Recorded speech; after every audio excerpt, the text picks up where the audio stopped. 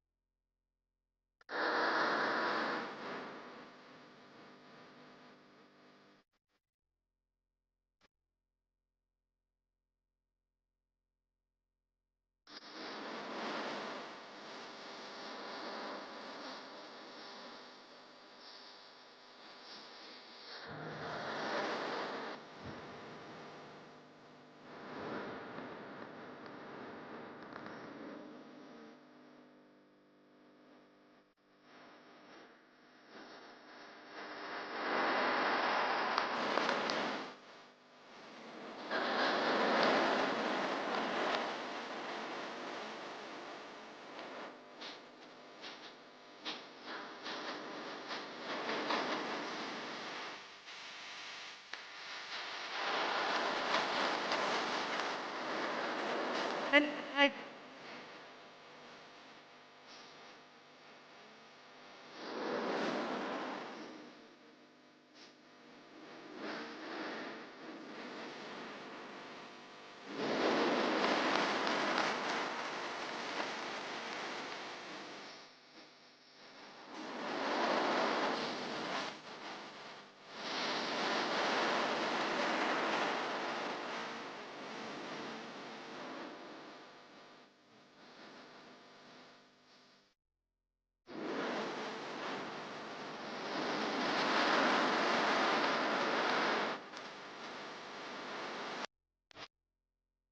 keep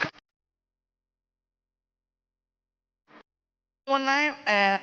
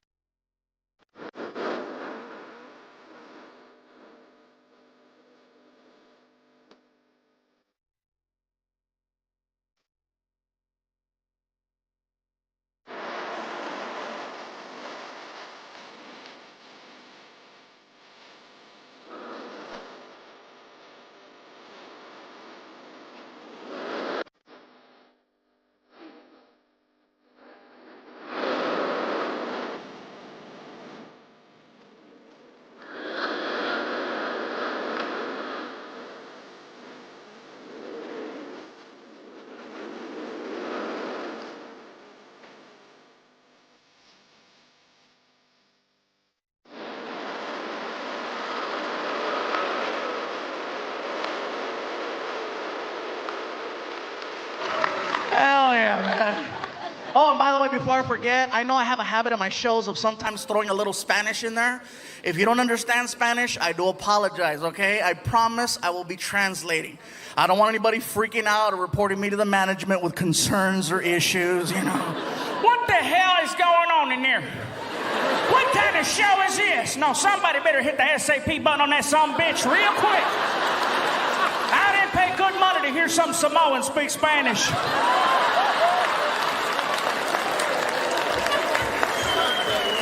I'm not Samoan, I'm fluffy.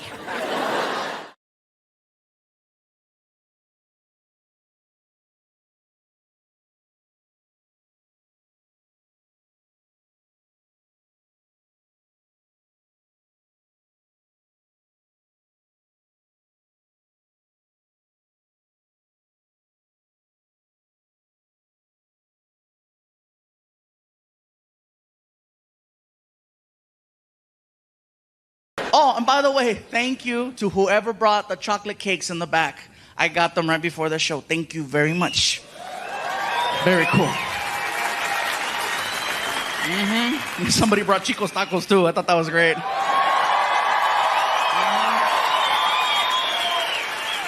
Now, you guys here know what I'm talking about, but everybody that's watching at home, they're like, Chico's tacos? Oh, what the hell's that? It's an El Paso tradition. If you come to El Paso,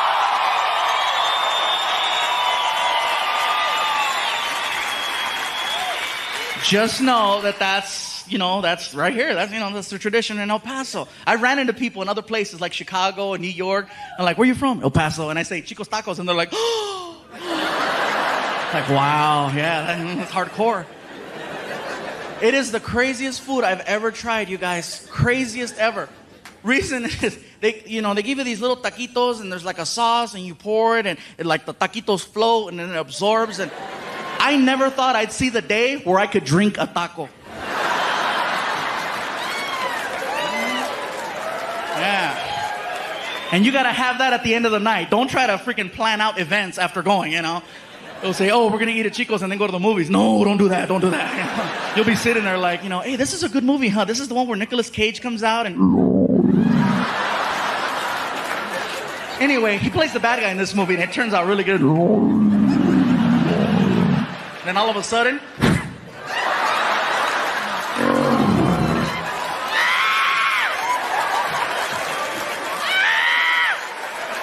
you're running by people. They're like, Chicos.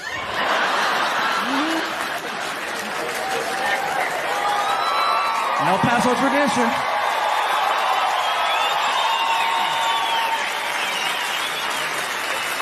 You know what's funny?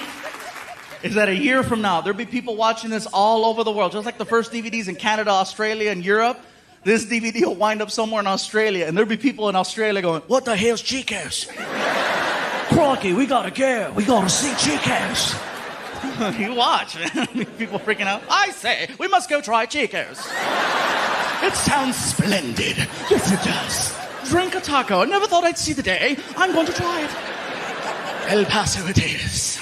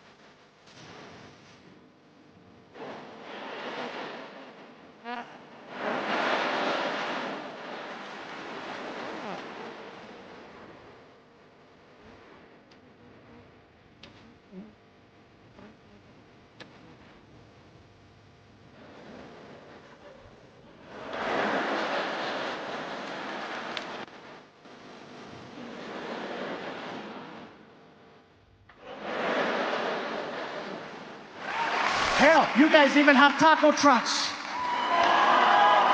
Now, for anyone wondering about taco trucks, let me just let you know right now. That is real good Mexican food. I don't want you being concerned, like, no, there's wheels under that restaurant. Well, sometimes we don't have a permit, okay? So, but it doesn't mean the food is not good. For me to know that I'm gonna have a good experience at a taco truck, I always research, and I look to see who's running the truck. For me to know that I'm gonna have a good time, I wanna make sure that it's an all-female crew.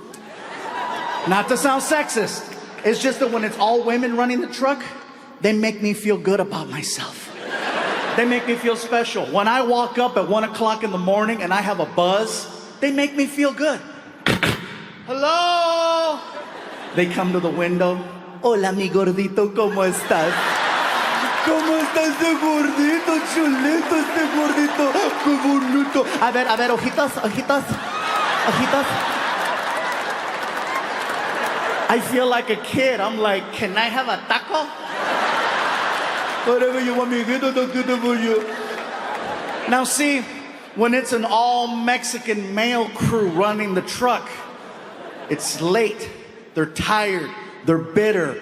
Customer service isn't our strongest point at 1 o'clock in the morning. And then you gotta deal with a drunk knucklehead like me. Hello? And they come to the window. ¿Qué chingados quieres, pinche gordo? What you want? What you want? Hey, what's up, bro? Can I have a taco? Okay, what else? That's it.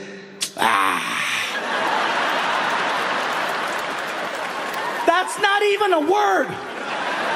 But you know exactly what he just told you. For some reason, Mexican people and only Mexican people have this sound that comes out of us that can just discredit anything you put in front of it. It doesn't matter what it is, we can kill it with that sound. I just graduated from college, top of my class.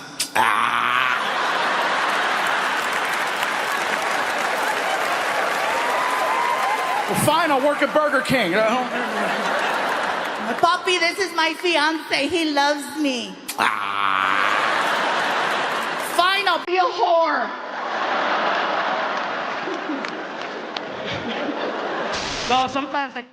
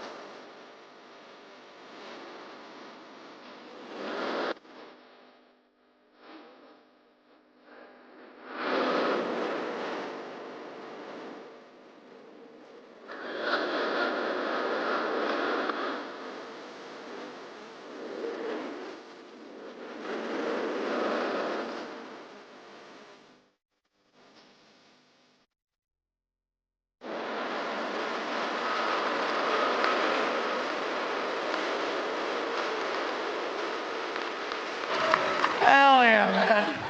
Oh, and by the way, before I forget, I know I have a habit in my shows of sometimes throwing a little Spanish in there. If you don't understand Spanish, I do apologize, okay? I promise I will be translating. I don't want anybody freaking out or reporting me to the management with concerns or issues, you know. What the hell is going on in there? What kind of show is this? No, somebody better hit the SAP button on that sumbitch real quick. I didn't pay good money to hear some Samoan speak Spanish.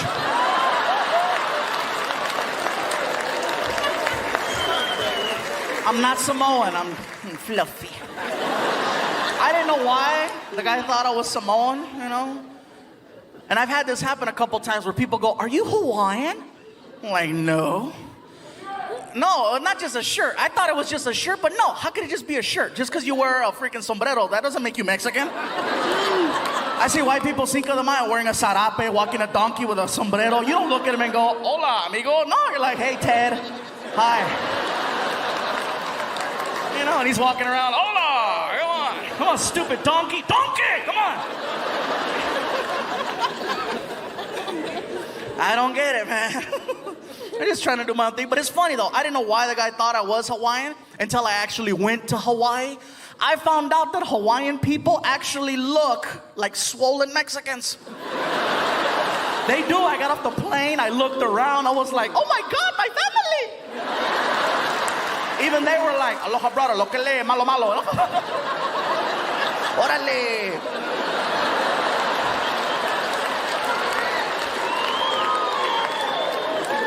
I loved Hawaii. Hawaii was great, man. They have a lot of different cultures there. They have a lot of Asian people. A lot of Koreans. I know this because I got a couple of shirts tailored at some places, and every time I'd go in, it was always a Korean lady. An older Korean lady who was mean.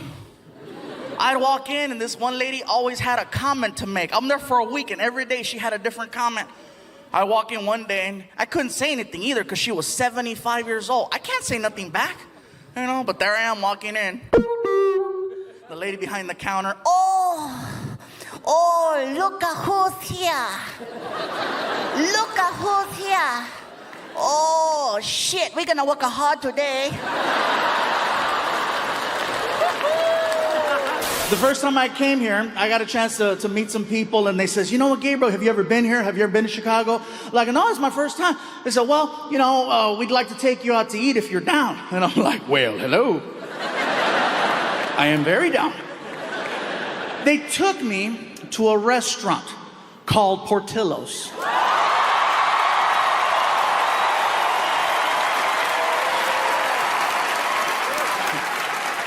You heard of it? So we get there, and it was very, very good. The hot dogs were delicious. I had a chicken chop salad. It was amazing. Had a beef dip, really, really good. But it wasn't until the meal was almost over that these new friends of mine said, we'd like for you to try something you might not have ever had before. And I'm like, that's not likely. I said, well, what is it you want me to try? And they said, well, they sell a thing here at Portillo's called a chocolate cake shake.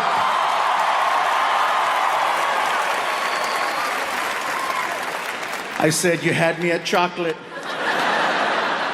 They said, well, you got to go up to the special window and you got to order it from the lady. So I'm like, okay, cool. So I get up and I walk over to the lady, and she's like, can I help you? I say, yes, my friends are telling me that I need to try this thing called a chocolate cake shake. Okay, what size would you like? How good is it? You want a large. All right, can I please have a large chocolate cake shake? No problem. There I pay. And she turns around. She turns around and she walks over to this little refrigerator that's on the counter. And she opens it up and she pulls out a piece of chocolate cake. And I'm thinking to myself, she must misunderstood what I said. I didn't ask for a piece of chocolate cake. I asked for a chocolate cake shake. She must have heard what I was thinking because she's walking by and she's like, it's gonna happen.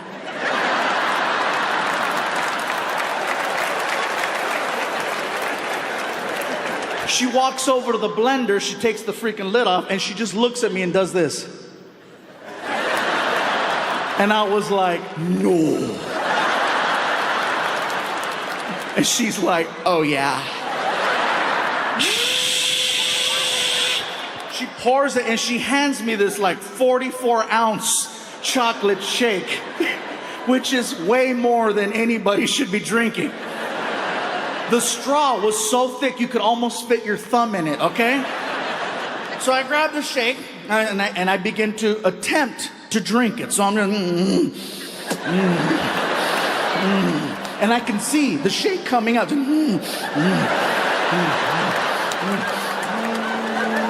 And it hit, and then all of a sudden, woo!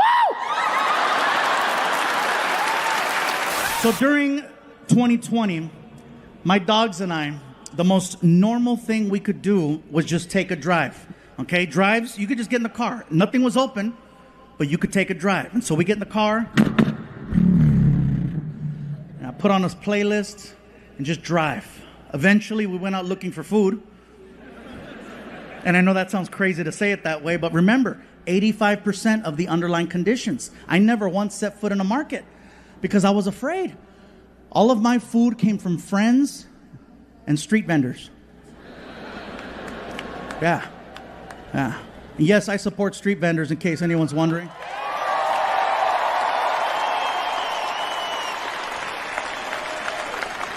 Because no matter what, they're working their asses off, again, trying to make a better life for themselves and for their families.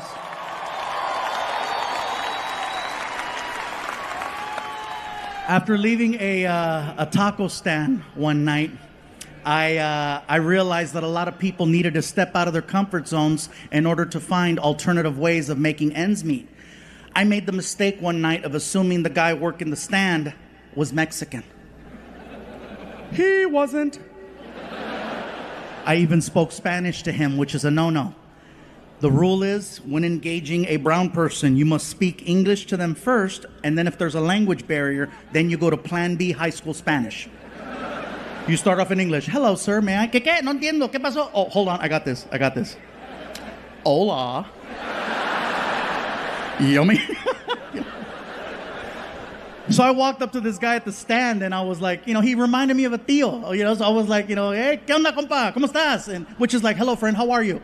And he responded, what are you saying to me? I'm sorry, sir, I thought you were Mexican. No, I'm not a Mexican. I am not a Mexican. I am Greek. Greek? Shit, I was way off. I'm sorry, bro. It's late. I'm tired. Can I have 2 tacos? What do you mean, can I have 2 tacos? I just finished telling you I am not a Mexican. I am Greek. I do not sell taco. I sell gyro. Gyro? And then I remember seeing writing on the front of the cart, and I just thought it was like the guy's name or something, right? I was like, it spells it out. G-Y-R-O. Gyro. He got all pissy. It is not a gyro, it is gyro. That shit says gyro.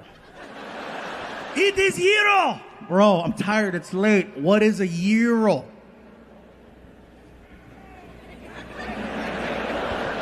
It's like a taco.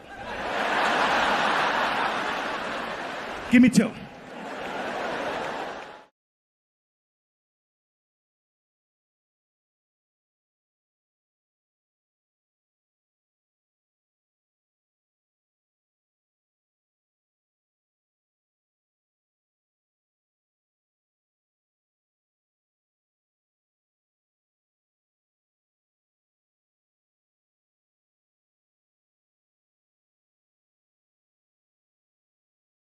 Houston, I'm going to tell you something, and I don't know how this is going to go over, but I'm going to say it.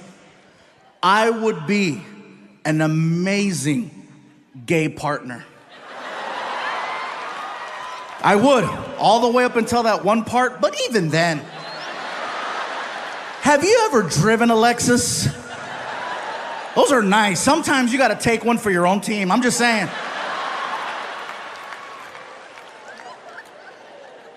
Now, in all seriousness, not to be funny, not to be disrespectful, let me tell you the reason why I would be an amazing gay partner. The level of communication between 2 men is so high, I might actually get an answer. There might be clarity and understanding. I might hear a yes. I might hear a no. Do you know how many relationships I have been in where I still don't know the outcome to certain conversations? Very simple yes or no questions. That's what I would do. Something as simple as, baby, you hungry? Well, I haven't eaten yet, so I probably should eat something, but I'm not feeling it right now. But if I don't eat right now, you know how I'm gonna get later. So I guess it's probably a good idea if I start eating right now. But it really depends on the options. What do you think? Ah!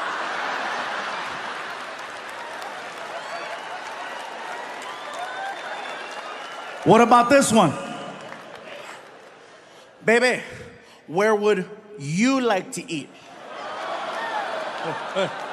You hear all the guys? Yeah. Finally! I'm not alone! Everybody's pointing at somebody right now.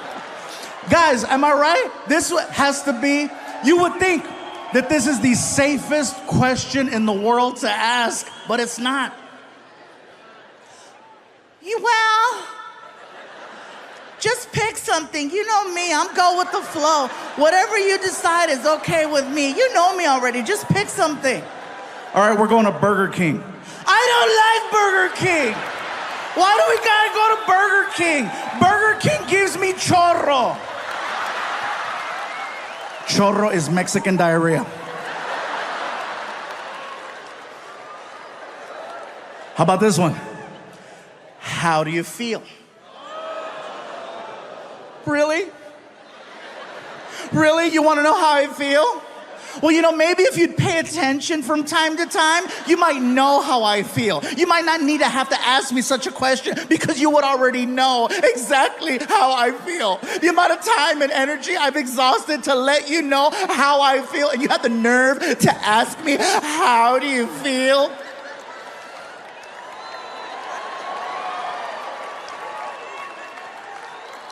Now imagine the exact same conversation between me and Mr. Lexus. Do you know how efficient that conversation would be? Hey, bro, you hungry? Thought you'd never ask. What do you want to eat? Whatever you want to eat. We're going to Burger King. I love Whoppers. Me too. We go to Burger King and we tear it up. We get back home and I ask him, hey, how do you feel? Horny. Me too. How do you want to do this? Heads or tails? It would be efficient. So moving forward, it's been over a year now, and the same question has been asked over and over again. So what now? Are you gonna, start over? You're gonna get back up on that horse? You're gonna get a girlfriend? You're gonna get a wife? Start a new family? What are you gonna do? And I'm like, I got dogs. I'm good right now. I know what it's like to be single for a long time, and I know what it's like to be in a relationship for a long time. And there's pros and cons to both. I can only speak for the guys on this one. Some guys. Guys, you ever been single so long you start to question whether or not it's by choice? And then you find yourself saying things like, guess I'll be single forever, just nobody wants me. Nobody wants me. Nobody wants me. Some of you are laughing because you have that friend. A lot of you are quiet because that's you right now. And then you notice how sometimes all it takes are just a couple of minor changes, a couple of minor adjustments to get back in the game. Like maybe you start cutting your hair different. Maybe you start dressing better. Maybe you start, showering and shit. Someone takes notice and decides to give you a chance, and now you're back in the game. And there's no greater feeling in the world than that of being in a brand new relationship, because you're just so happy. You're so happy. You're the most optimistic person in the world. Nothing can mess your day up when it's brand new. You can miss your bus on the way to work. There'll be another. You could get fired. Guess it wasn't meant to be. You are so freaking happy. And then you start to reflect on your life before the relationship. And you remember how you would look at your phone and it would never ring. You thought it was broken because it wouldn't ring. There's no text messages. You look at your DMs, nothing. But the minute you get into a brand new relationship, like magic, your phone, text message, ding, your social media, now you got numbers in there. People in the street are talking to you, and then you say this out loud. Where were all these people at when I was single? Answer, they were there the whole time. The difference is you were not this happy. I found out that happiness is one of the most attractive things in the world. Who doesn't want to be around someone who's positive? Well, unless you got COVID, never mind. Nice, pleasant, a joy to be around. Good energy. You know who really notices just how happy you are, guys, when it's a brand new relationship? Other women. Not your woman, other women. They can't help but notice how happy you are. They stare at you and they point. Look at him. Look how happy he is. I bet I can change that. Guys, you are now blood in the water, and the sharks are out. And if you've never been hunted before, it is one of the scariest things in the world. Because usually you don't know you're being hunted until it's too late. You're over there minding your business, you're in your relationship, you're trying to make it work, and here they come.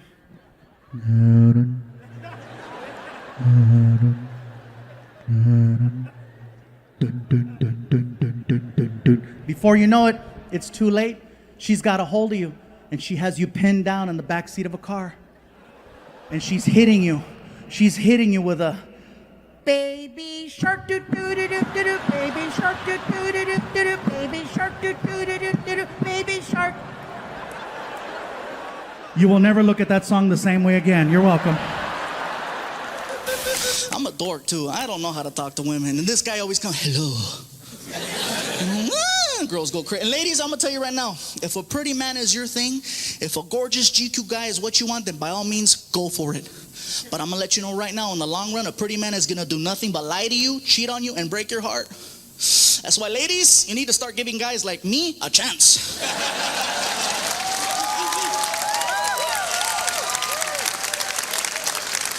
That's right, because I'm gonna tell you guys right now, the worst thing I'll ever do is have dinner without you.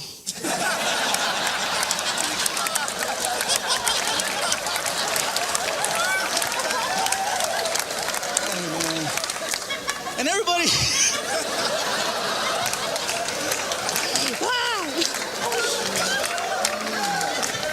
look at some of the girls. Everybody gives me advice too on the best way to meet that certain someone. You know, like my sister Emily, she always tells me the best way to meet someone is to go on the internet. She goes, go online, you'll meet someone. I'm like, I thought it'd be a good idea because my sister, she's cool people. She goes to school, she goes to church, she's nice. But I gotta tell you guys something, she's a freak. You know, you meet her in person, she's all sweet and innocent. Oh, hello, how are you? Nice to meet you. Bye. But you catch her online at 2, 3 o'clock in the morning, man, she's like, I'm licking and sucking your toes.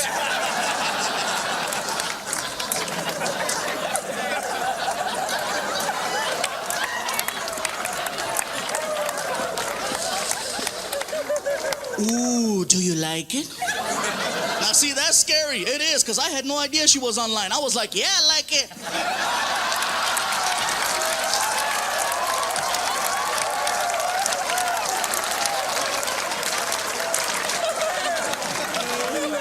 I was like, what's up? I see my sister the next day. She's like, I met someone. I said, me too. Check it out. I got some sandals. What's up? But you guys have to be careful. If you're gonna meet people on the internet, be careful, because you don't know what you're gonna get. You don't. I went on a blind date with a girl who was half Sasquatch, half Chupacabra. Yes, some of the white people, Chupa what? It's like Bigfoot, only smaller. Like cousins, you know? You gotta be careful, because if they'll throw these little mysterious words out there to kind of like, get you excited. Like this one girl, she described herself as bubbly, you know, and I hear bubbly and I was thinking, oh my God, wow, really? Shut up, wow, really? Shut up. Man, and instead what I got was,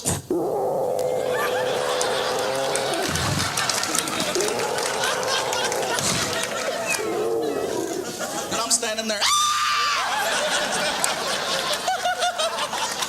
You have to be careful. And I said, you know what? Okay, maybe it's my bad luck. It couldn't possibly happen to me 3 times, right? So I gave it another shot. I went on another blind date with a girl who said she was a sexy Latina. I was excited. What's up? I get to her house, you guys. She was not Latina. Oh, no. She was black. Now, I didn't have a problem with her being black, but she specifically wrote out, I'm Latina. So I called her on it, right? I said, hey, girl, before we go any further, didn't you say that you were Latina? You know what she told me? She got mad. She was like, boo, I am Latina. Shoot, that's my name.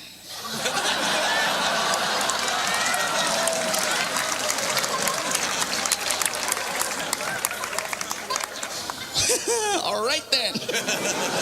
Well, let's go.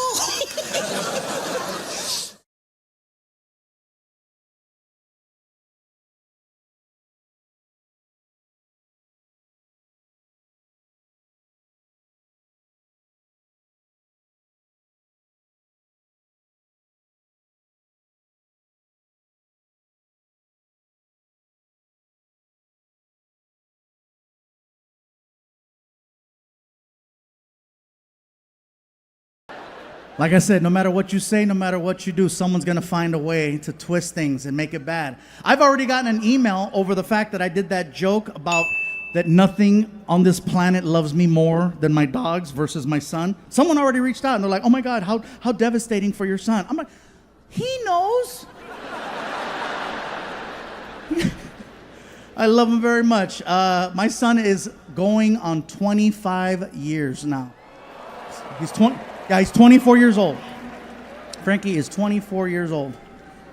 Yeah, thank you for clapping. He's still at the house. I did an interview recently, and someone was asking me questions about my son. They said, you know, Gabriel, you've always mentioned your son in your specials. Can we look forward to a new story coming out? And I said, not really a new story so much as, because my son is doing his own thing now. He's doing his own thing. He's got his own life, and that's awesome. I do, however, still have stories from the past that I never told. And he goes, well, do tell. I said, okay, my favorite story is actually probably the first one. In 2007, when I first got him, some of you know he's technically my stepson, but I've never liked saying stepson. He is my son. Yeah.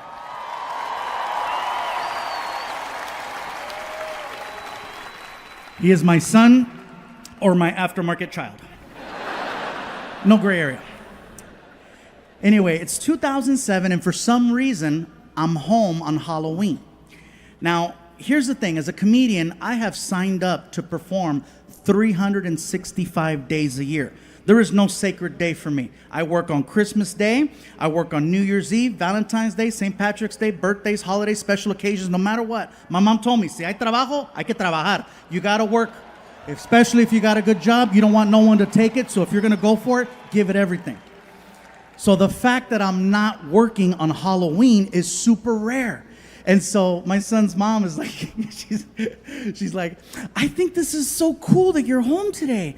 Since this is Frankie's first year where it's just the three of us, how about this? How about tonight, you take him trick-or-treating and I'll stay home and give out candy. This way it'll give the two of you an opportunity to get to know each other, have some conversations, have some laughs. What do you think? I said, baby, you know what? That's a great idea. I love it. I love it. Okay, I'm on it. Frankie, come on, we're going trick-or-treating. What about my mom? She's gonna stay home. Yay. So we get in the car.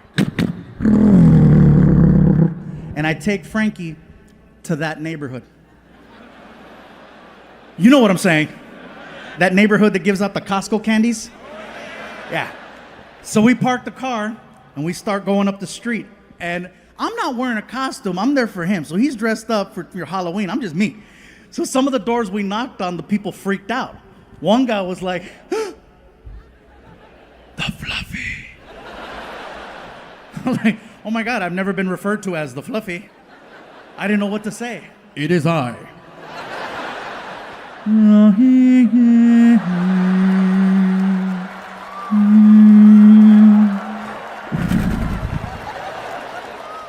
One door we knocked on, they opened the door, they're like, oh my God, you're famous. I was like, ah.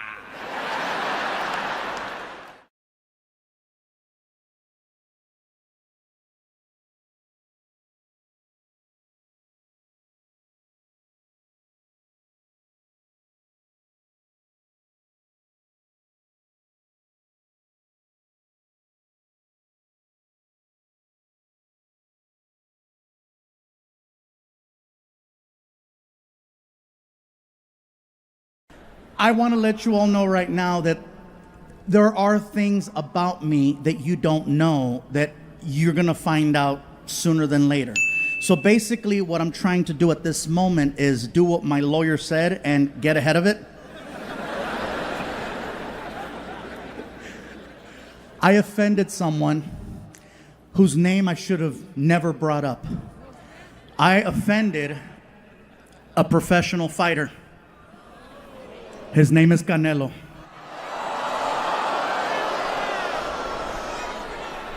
I know. Go big or go home. If you are not familiar with who Canelo is, give me a few seconds to explain. Canelo is arguably one of the best fighters in the world. Okay? You cannot miss him. He is, in fact, Mexican, but he does not look traditional. Canelo is, in fact, the whitest Mexican on earth. He's super white. He's so white, he's redhead. Canelo is a redheaded white Mexican fighter. He is so white, even Donald Trump was like, you can come. Super white. But then he opens his mouth and you realize, oh, Canelo, He's not local. So here's how I got in trouble. A comedy friend of mine by the name of Ron White reached out to me. And Ron White invited me to be part of his Tribute to the Troops comedy show for the Nashville Network. And I told Ron, I said, Ron, I'd love to do the show. Anything for the troops, let's do this. So the show taped in Vegas. And it's a couple other comics plus myself, and Ron White's the host. He brings me up on stage, and I figure I'm only doing 10 minutes, okay? I might as well just do references to Las Vegas since everybody knows Vegas. So I started talking about boxing. And then I brought up Canelo. And here's where I got in trouble. I said, Canelo is my favorite fighter of all time. I just wish... And it was all downhill after that. I said, I just wish he would not do interviews in English because English is not his strong language. And if you're a professional fighter, hear me out. If you're a professional fighter, you need to sound confident, engaged, threatening, aggressive, on point, in your face. And in Spanish, he does. In English, not so much. In Spanish, he's a killer. In Spanish, the reporter, the announcer comes out. Aquí estamos con Canelo Álvarez que se va a pelear contra Floyd Money Mayweather este fin de semana en pay-per-view en el MGM Grand en Las Vegas, Nevada. I know some of you heard that right now and you're like, oh my God, I think I understand Spanish. Because you do. So then the reporter will look at Canelo and ask him about the fight. Canelo, ¿qué vas a hacer en tu pelea? Canelo takes the microphone. He's a man of few words, but he's on point. He looks at the camera and he's like, pues mira, lo pegaré así, va a pegar el piso. Shas. Así mero, no se lo pierdes ese fin de semana en el MGM Grand, Las Vegas, Nevada. Canelo Álvarez contra Floyd Money Mayweather. No se lo pierda. Same exact interview. English.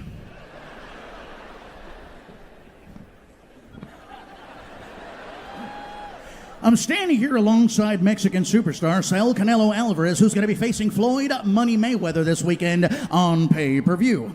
Canelo, what is your strategy and your plan of attack going into this weekend's fight against such a technical opponent, if you will? A man who has single-handedly redefined the sport of boxing. What is your plan of attack going into the fight?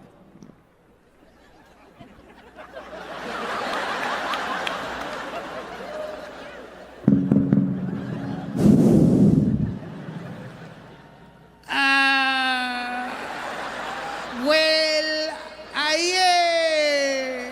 am going to hit him like this. I'm going to hit him like this. He's going to fall on the, ¿Cómo se dice piso, güey? floor. He's going to fall to the floor and then tan tan, así. All right, well, there you have it. Floyd Mayweather, I hope you are ready, my friend, because, yeah, that's what's waiting for you. Reporting live for ESPN News, I'm Phil Stevens. Back to you in the studio, and we're out. The hell was that, goddammit? Why did you warn me?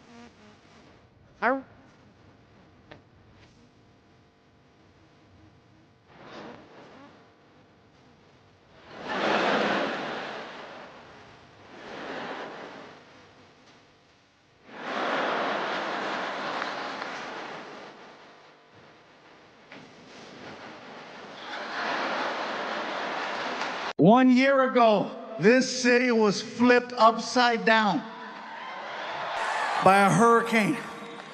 Un cabrón named Harvey. And they said that this city would never be the same. I think it's beautiful that a year later, we're all here celebrating together the fact that this city is resilient. And you guys persevered. Houston strong, baby.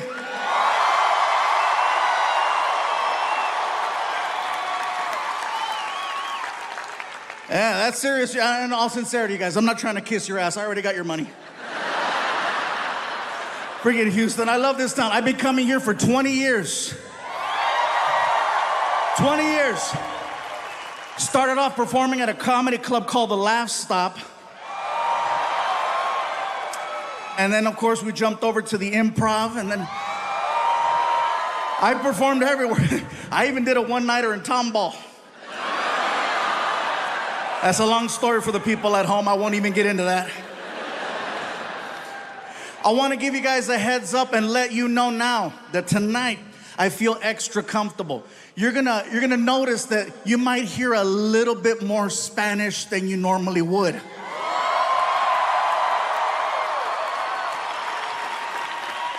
And you can't do that just anywhere, but you can do that in Houston. Now, to everyone watching at home who's freaking out, like, oh my God, I didn't sign up for this. if I say something in Spanish, my promise is to translate immediately so that everyone enjoys the show, okay? Because I know the second I said Spanish, people are freaking out, you know? All the people that drove in from the Woodlands are like, hey.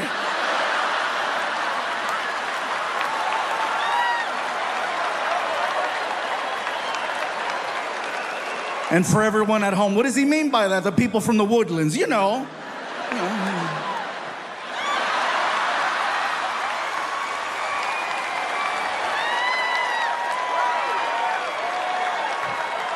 I know he is not referring to us. The nerve of him. He needs to go back where he came from, over by Airline Road.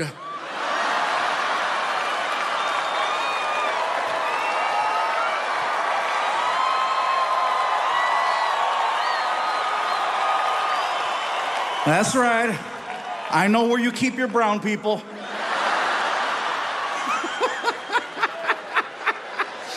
This is awesome. This always pisses off Netflix. They're like, Gabriel, we really wish you would just do a show that's general, that everybody understands. Why do you have to make your show so personal? Only people in that city are gonna get it. Well, when you have an arena full of people, you want them to get it. You want that extra personal, special touch. I don't care what they say, I already got the check. So let me give you a heads up as to what has happened since the last time I did a special. My son Frankie is now 19 years old. 19 years old, high school graduate. He has all his shots, ladies. People tell me all the time, you know, why do you talk about your son so much? Because he won't leave. Does he like it when you talk about him? I said, no, he hates it. Well, why do you do it? Because he won't leave. I'll tell you what he likes to do right now. He likes to sit around the house and watch videos of other kids playing video games. See, some of you are clapping. I didn't know that was an actual thing. I asked him, what are you doing? I'm watching other kids playing video games. I said, that's really? Why? Well, they're professionals. I'm like, why would you watch something that you could be doing? Because they're professionals. That's dumb. Really, Dad? Every Sunday, I see you watching football. How come you don't play? I didn't even argue. I just cut off the internet. My son's problem right now is that he has, according to him, too many options. Okay, that's his problem. I'm like, poor guy. I have so many options, Dad. I don't know what to do. Write them down. Put them on a wheel. Freaking. Today, plumber. Something. The problem is we go places, people find out he is my son, and then they offer him opportunities. He doesn't understand that that's not how the real world works. I know about struggling and clawing and fighting for the opportunity to do something. He doesn't get it yet. And that's my fault. For example, I take him and his mom out to dinner, okay? I took them both to Red Lobster. Now, Houston, me personally, I love Red Lobster, okay? And not even for the seafood. I'm talking about the biscuits. Oh, yeah. So we're sitting there and we're having a conversation with our son about life, opportunity, what does he want to do with himself? And as we're talking to him, the manager from Red Lobster walks over to our table. And he's being really cool, right? He's like, hey. And I'm like, hey. He looks at my son. Is this the infamous Frankie? I said, why, yes, it is. He just graduated. Congratulations. And he's looking for a job. The manager goes, oh, say no more. And he gives my son a business card. And then he starts to say, listen, Frankie, this is all you have to do. Just go online and fill out the application. Once it's registered, call me personally, and I'll see to it that you get an interview. The only position we have available right now is for a host, but there's plenty of room for opportunity here at Red Lobster. Besides, you got one hell of a reference. And then he walked away, and I was like, oh my God. I'm gonna get free biscuits.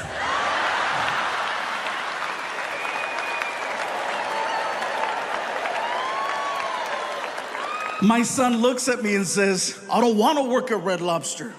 I said, Frankie, no one is making you work anywhere. This is just another opportunity that you're wasting. Okay, no Red Lobster. What's your plan? Oh, I don't know. I got frustrated, so I raised my voice. Well, you better start thinking. His mom didn't like that.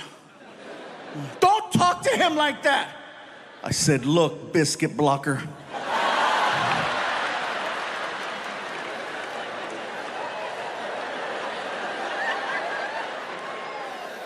See, up to this point, we have agreed on how we raise our son. But in this situation, she's trying to protect him from the world. I'm trying to prepare him for the world. If he cannot handle me raising my voice to get his attention, to see the bigger picture, he's not ready for a world that doesn't care about his feelings.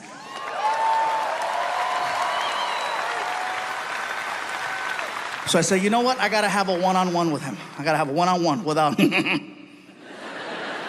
So I take him out to the movies. We get in the car, we take off. Little 20-minute drive, okay? As we're driving, I figure I'll have a little one-on-one with him. Maybe this way it doesn't feel like a talk. I thought he understood what I was trying to say. It's late, we're leaving the movies, we're pulling out of the parking structure, and out of the corner of my eye, I see a cop car. And I made a sound, I was like, ugh. And Frankie goes, what is it, Dad? I said, there's a cop at the light. What are you worried about? He's gonna stop us. How do you know? Watch. I made that left turn.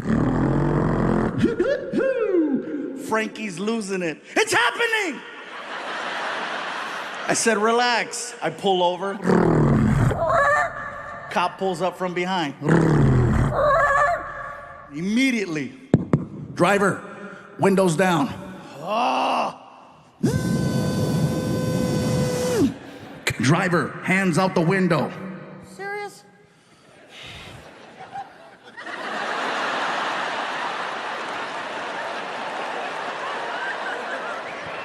Both of them. I can't, I'm fat! He gets to the window and he's got the flashlight and he shines the light right in my face. He's like, license? Yeah. Here. He takes the license and then, of course, do you know why I stopped you? Officer, no, I don't, but I'm sure you're about to tell me. You don't have a front plate on your car. I said, officer, you're absolutely right. I do not have a front plate on my car, but my name is actually on the front of the car. Excuse me, my name is on the front of the car. I own a 2012 Ford Flex, and the Ford Flex has the actual word flex written on the hood. I have a friend who does custom automotive work, and he took all the letters off the car except for the letter F, and he made letters so that it spells fluffy on the hood. Okay? Yeah, it sounds impressive. You can do it too for like $23. It's not that bad. They're like refrigerator magnets. You can even move them. Like one day a letter flew off and it said Foofy. Look at me, que pendejo. I know, stupid, right? So the officer walks around to the front of the car and he takes his flashlight and he shines the light right on the hood. And he does this, he goes, I knew it! And my son goes, what does that mean? I said, that means we get to go.